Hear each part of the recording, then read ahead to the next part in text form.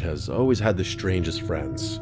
I'm not sure why, but in his earlier years, he always attracted what would be considered the weird kids. I've got a ton of stories about this, but there's one that kind of sticks out like a thorn. He was in the 4th grade, and we had just moved due to my husband's reassignment, so George was new to his school. He had always been an outgoing and friendly kid, so my husband and I weren't particularly worried about his ability to make new friends. We were transitioning well as a family, and everything was going well with him at school. I was beyond pleased the first time I met all of George's classmates' parents, as they all seemed like upstanding, honest people. A few months after the move, I got a call from George's school in the middle of the day requesting one of his parents come in to discuss an incident involving him and another student. My husband was at work, so I assumed the responsibility and agreed to meet with the principal after picking up my son. I remember feeling a mixture of anger and confusion. Anger, obviously. I mean, my son had probably been in a fight, which I'd need to punish him for should I find out he was the antagonizer. But confusion as well. Physical altercations were very uncharacteristic of George, which made this more concerning to me. As I was walking him to the principal's office, he refused to answer any of my questions about the situation, which was also very unlike him. Usually, he was extremely talkative and what you'd call an oversharer, so his silence was somewhat unsettling. I figured he was either embarrassed or scared, so I didn't think much of it. The principal asked that George sit in the waiting room outside his office, so that's where I left him. After closing the door, the principal directed me to a chair in front of his desk, which is where I sat down. He began asking me questions about George, the kinds of questions you'd expect.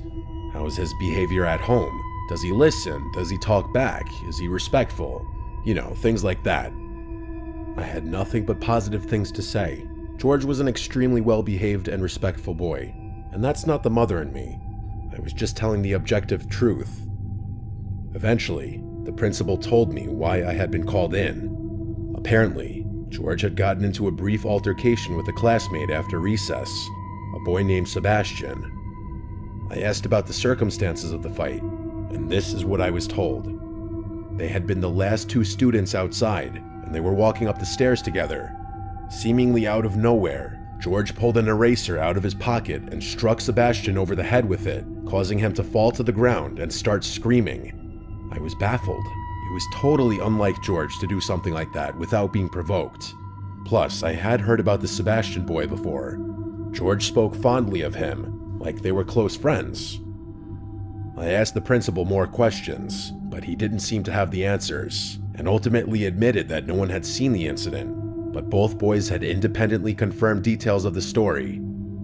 He then said that George wasn't in trouble, as a little fight wasn't too uncommon. He told me that he just wanted to inform me, and that no further action would be taken, which definitely calmed me down. After that, he excused me, so I left. George was still silent about the whole thing as I drove him home, and only opened up to me right before bedtime. Admittedly, I had grown frustrated with him for not talking to me, which was probably why he quit the silent act. He told me that Sebastian had tricked him. I asked him to elaborate, and he told me that they had been playing make-believe Street Fighter. As per Sebastian's instruction, George had pulled out an eraser for a KO move of some sort. Out of nowhere, Sebastian fell to the ground and pretended to be really hurt. He then whispered in George's ear that he'd seriously hurt him if George didn't pretend like he'd attacked him. So that's what George did, and all the teachers assumed it had been a real fight. Rightfully so, I was pretty pissed. My little boy had been taken advantage of and falsely accused. Instead of going to the school, I decided to handle things myself. That night, I went through the school's directory and found Sebastian's mother's phone number. She introduced herself as Maggie. I was kind of taken aback by how sweet and genuine she sounded on the phone. She told me she had heard about the incident, gotten the real story from Sebastian, and already reprimanded him. I thought it was kind of odd that Sebastian would have told the truth to his mother so soon, but I was happy I didn't have to do any convincing. She then went on to say that Sebastian had always had some minor behavioral problems growing up, and he'd sometimes think and act like another person entirely. I actually started to feel bad the more she told me. It seemed as if he wasn't fully in control of some of his actions.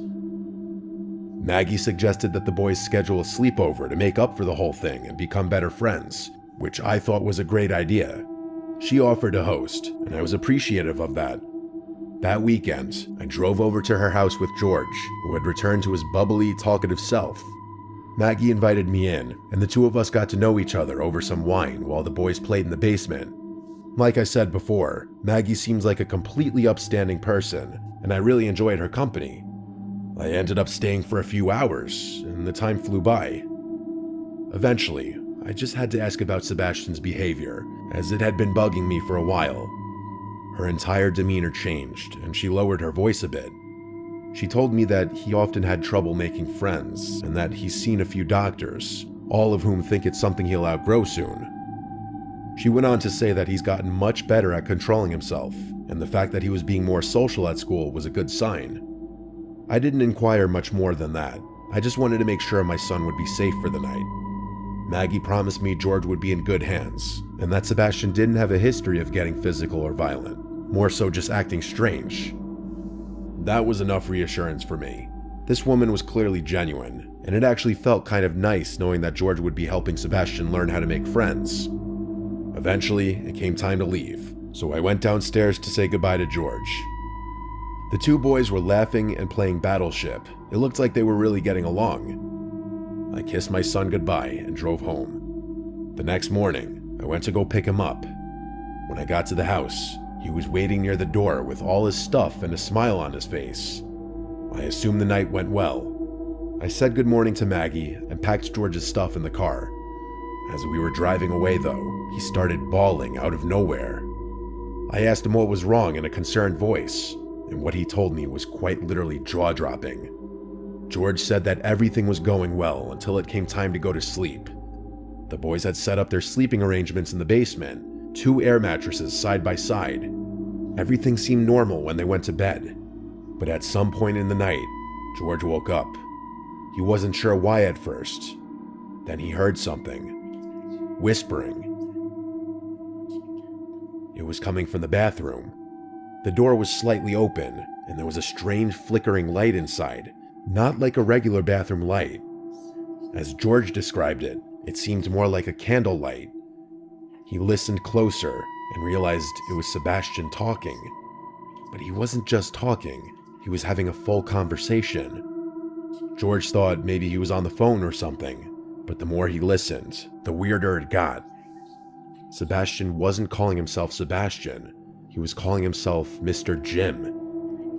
George felt frozen. It was like Sebastian thought he was someone else, and he wasn't talking to anyone, just the mirror. Then the candle went out. Everything was dark again. George squeezed his eyes shut, pretending to be asleep. A long time passed, and then he heard the bathroom door creak open. His stomach dropped when he heard whispering again, this time right above him. It went on for a while. George didn't understand the words. It didn't even sound like English. He just lay there, too scared to move. Eventually, Sebastian went back to bed like nothing happened. In the morning, he was totally normal again. George didn't dare ask him about it. When George told me what happened, I was horrified. My gut told me this wasn't just a case of childhood imagination. Something was wrong. I didn't know what to do, but I knew I had to tell someone. I called Maggie first. At first, she laughed it off, saying Sebastian has always been a creative kid, but as I pressed her, her voice faltered.